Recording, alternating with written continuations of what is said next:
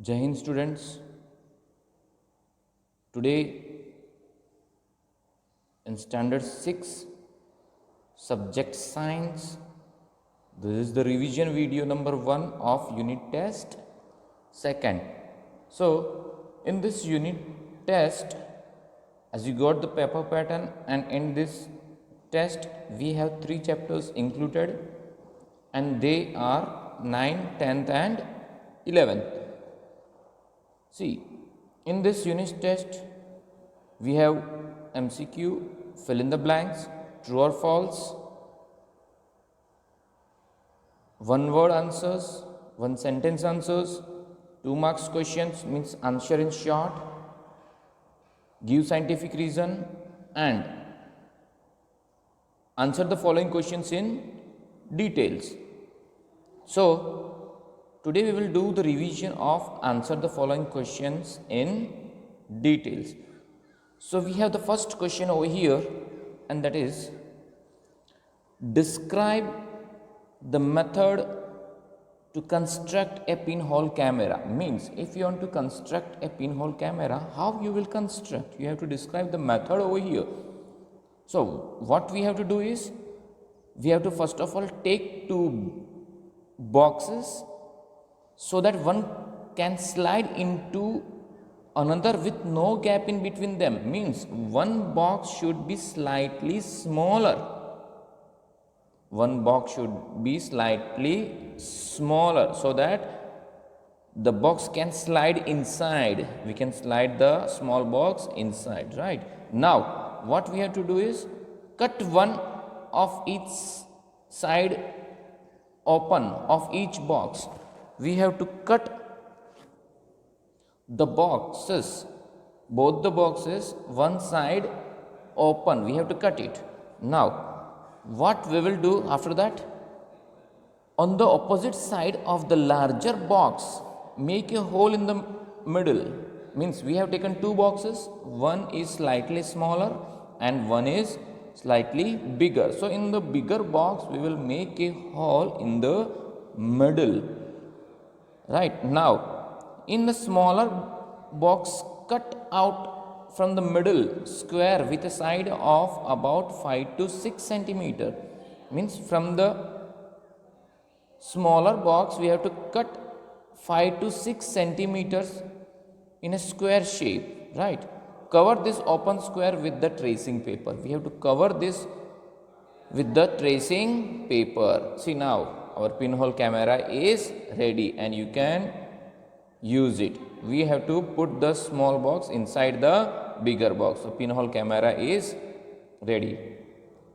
So in this questions, what we have to do? First of all, we have to take 2 boxes. One is slightly smaller and one is slightly bigger. So bigger one we have to cut. Both the boxes we have to cut one side open, and then in bigger box we have to make a hole, right? And in the smaller box we have to cut from the middle in a square shape. We'll cut in a square shape. Now this square shape we have to cover it with the tracing paper. So the pinhole camera is ready. Now second question is, describe the experiment to prove that light travels in a straight line. See, we have to describe to prove that light travels in a straight line. So to prove that light travels in a straight line, what are the materials required? You need 3 cardboards of equal dimension, means 3 cardboards of the same dimension, and then we need a candle and we need a thin rod, right? So this is the figure which we have. 3 cardboards kept at equal distances, and we have to make a hole in between them. Now we have to arrange the cardboards. How we will arrange the cardboards? First of all, we will see the procedure what we have to do. Take 3 cardboards of equal dimension. So this is the procedure how to prove that light travels in a straight line.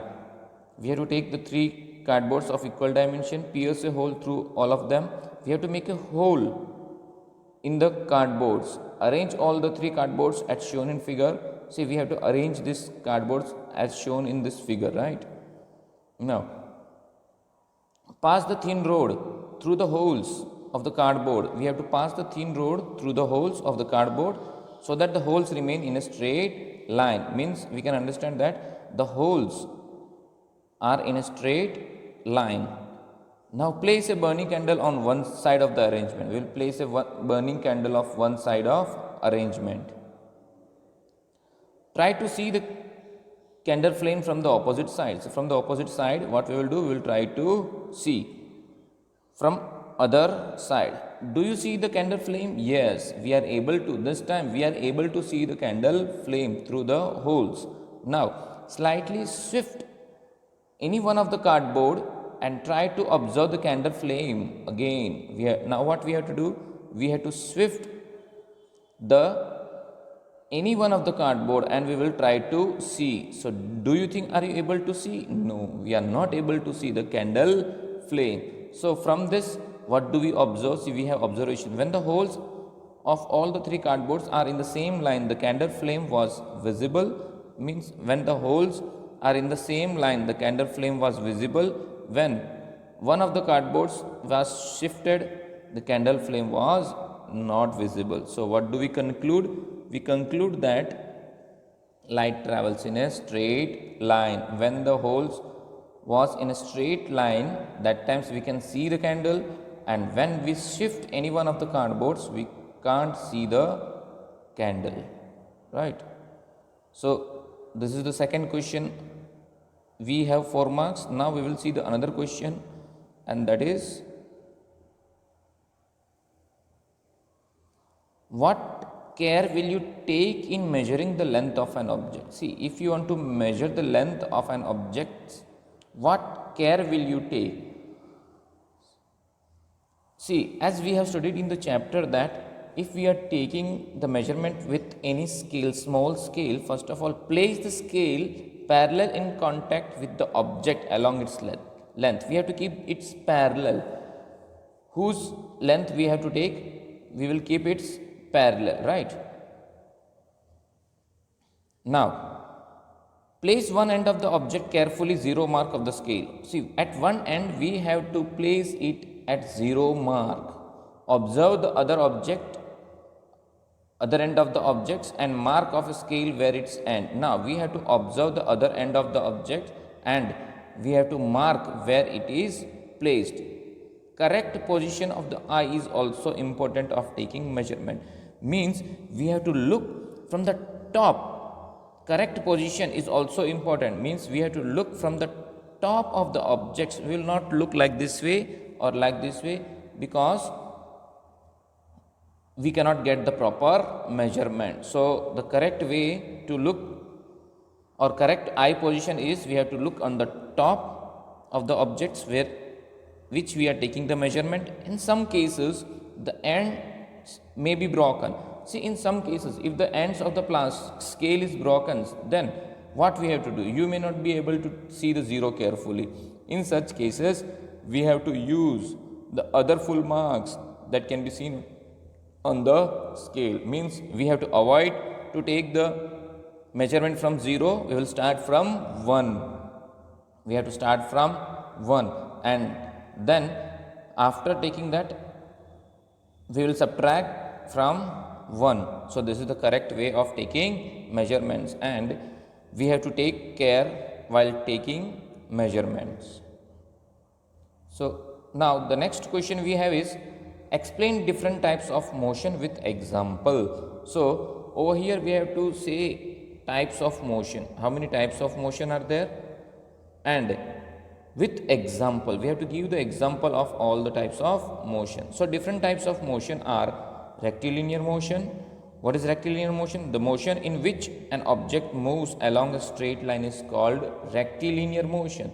Example, a car moving on a straight road, it is a rectilinear motion. If a car moves on a straight road, it is rectilinear motion. So you can give any one example. It is not compulsory that you have to give this example only, right? Suppose soldiers on a march past, they are also moving straight road, right? So we can say they are also in a rectilinear motion, right?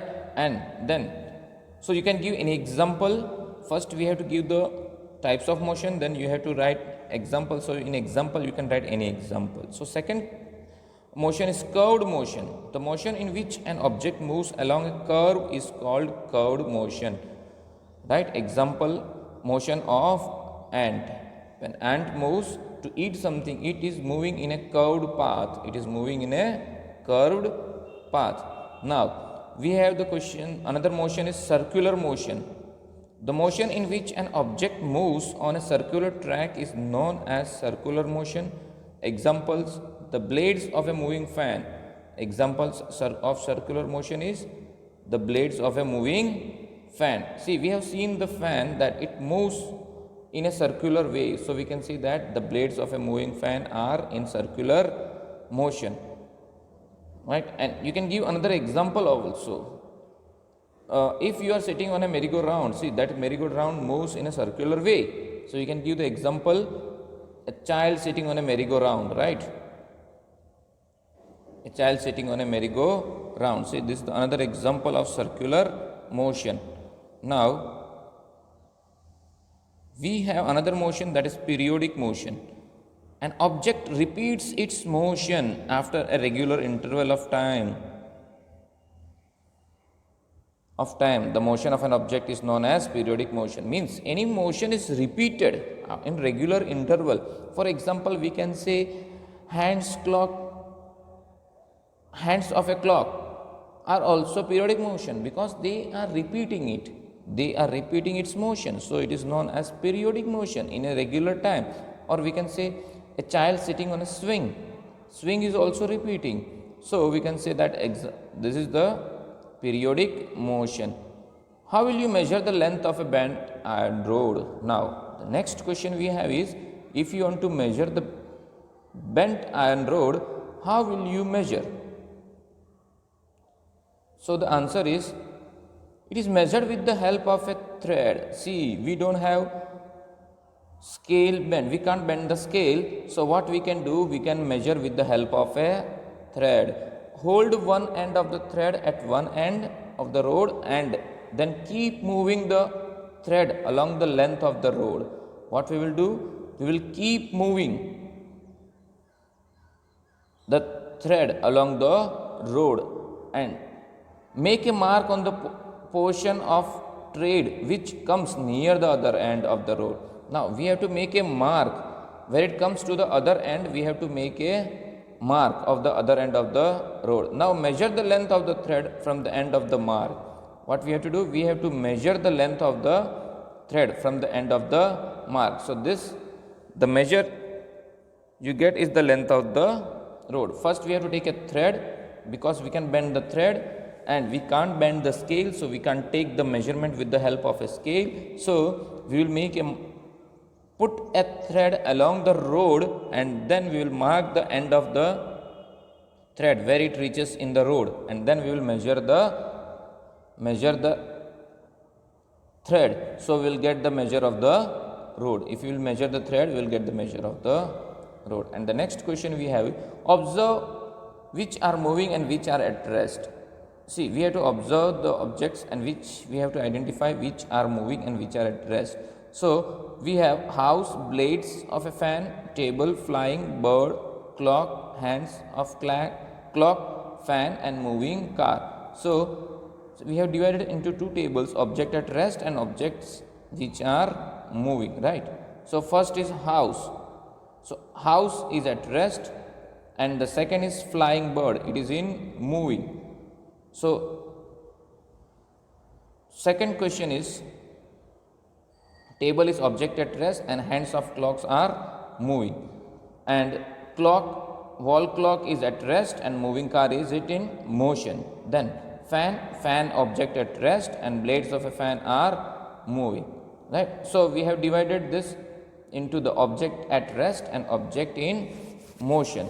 Now see, we have to identify, in this question we have to identify which objects are in motion and which objects are at rest. So if it moves, if you see that the objects are moving, then we can say it is in moving motion, and if the objects are at rest, if it is not moving, if it is in the same place, then we can say it is at rest, right? And we have to divide into two tables.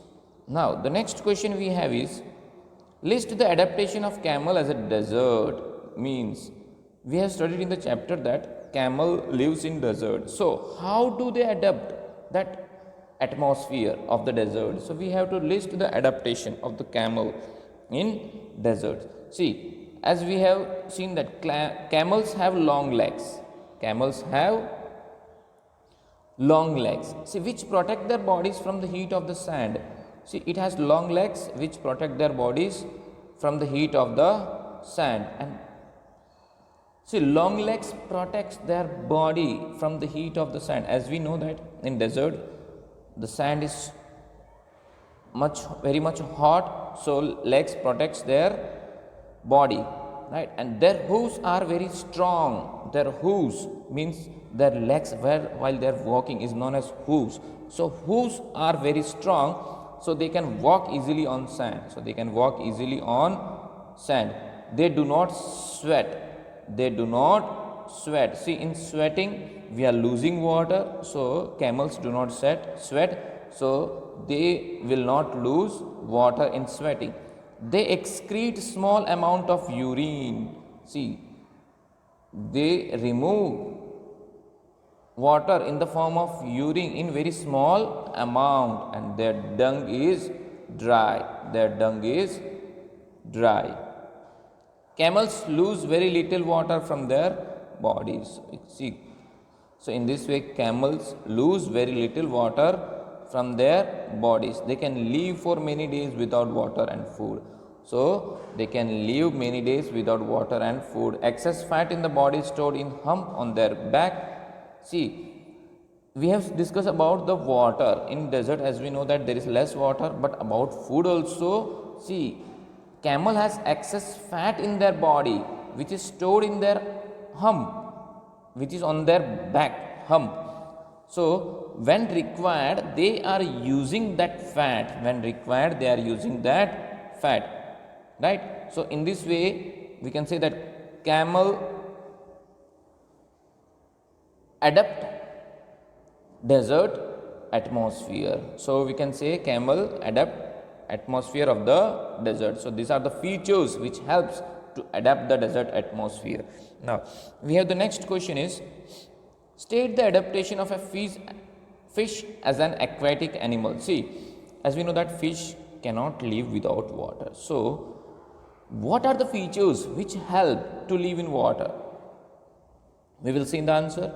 The head and tail of the fish are smaller than the middle portion. See, the head and tail of the fish are smaller than the middle portion. Their head is narrow as well as the tail portion is also narrow, and the middle portion is wider.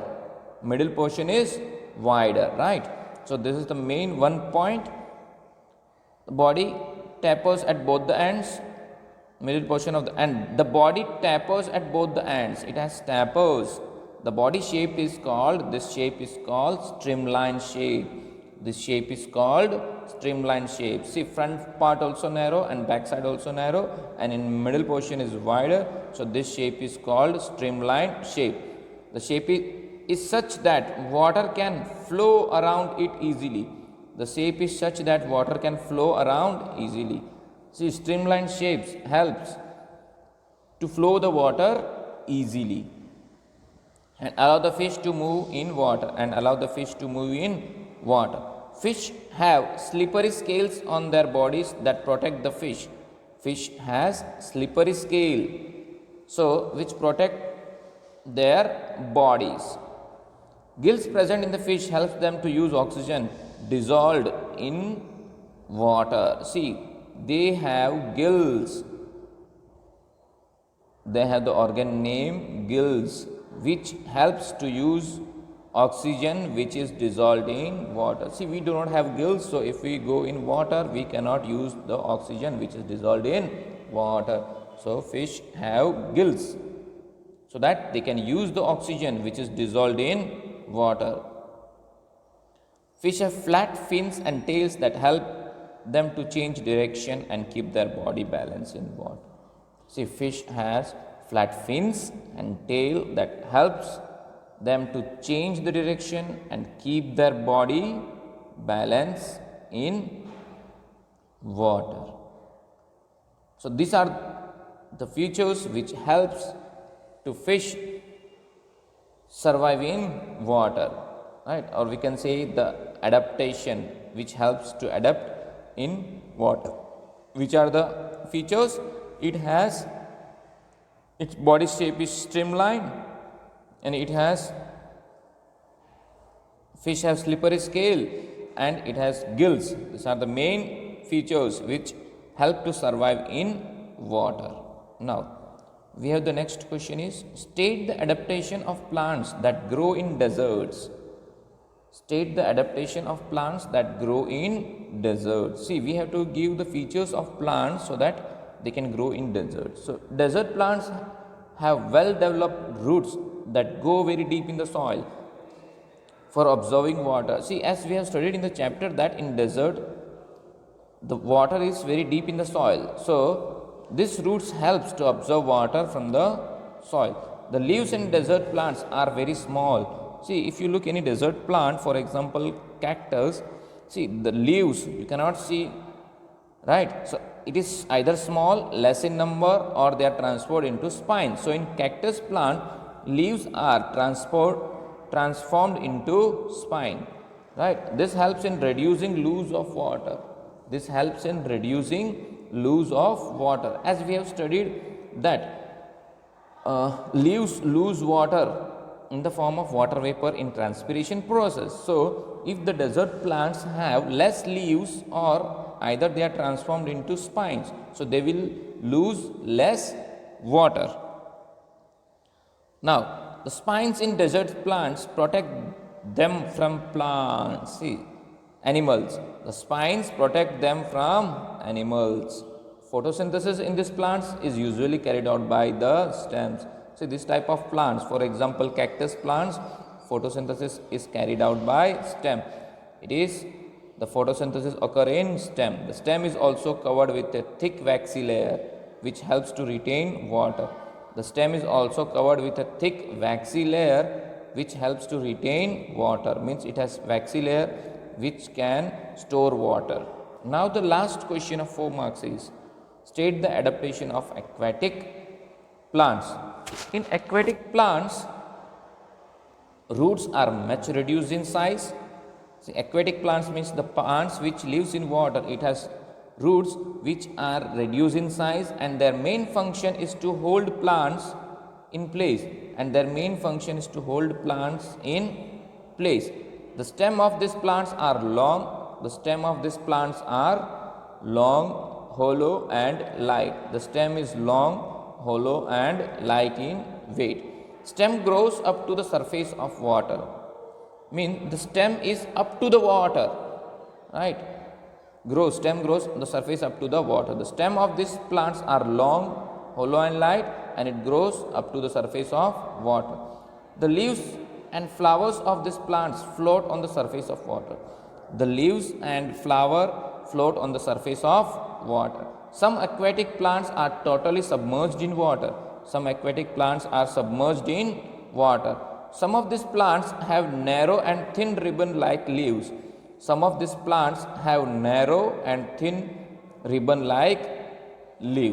So these are the adaptation of aquatic plant. So dear students, over here we have done the 4 marks revision, and from this 9 question any 2 will come. So you have to prepare all, right? Any 2 will come. So it will be of 8 marks, right? 2 questions. Now we will do the revision of scientific revision, and scientific revision we have from chapter number 9 and 11. So explain, second question is explain giving scientific revision, and it is of 2 marks each. So the first question we have is,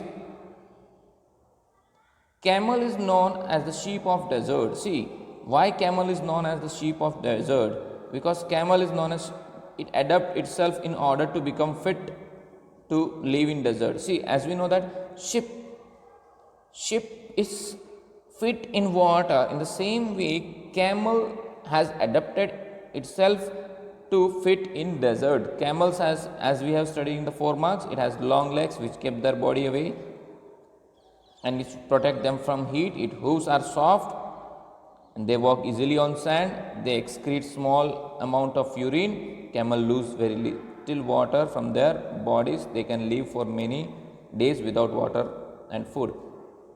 See, as we have seen that in the 4 marks question also I explained you that camel can live without water and food for many days in the desert in the same way as ship can live in water, right? And it has adapted to live in water in the same way camel has adapted to live in desert. Now, the next question we have is cactus grow in desert. Give scientific reason why cactus grow in desert. Because see, we have seen that cactus has roots that go very deep into the soil for absorbing water.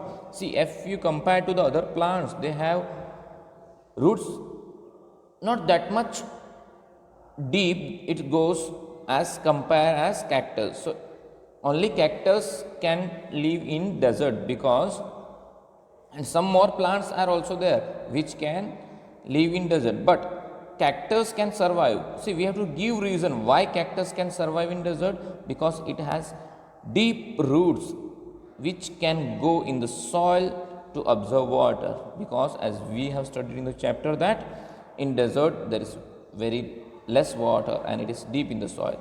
Its leaves are very small. The leaves of the cactus are very small, less, or they are transformed into spines. So in cactus plants the leaves are transformed into spines.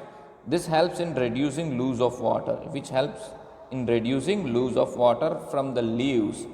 The stem is also covered with a thick waxy layer which helps to retain water. So it has the stem with waxy layer which helps to retain water. Now, the next question we have is an aeroplane fly in the sky and uses petrol as food. Then too it is non-living. See, we have to give reason, as we know that we have seen in that the moving some characteristics. Aeroplane has some characteristics. It can fly and it need food as petrol. Then also it is non-living. So these are the two characteristics which living things have.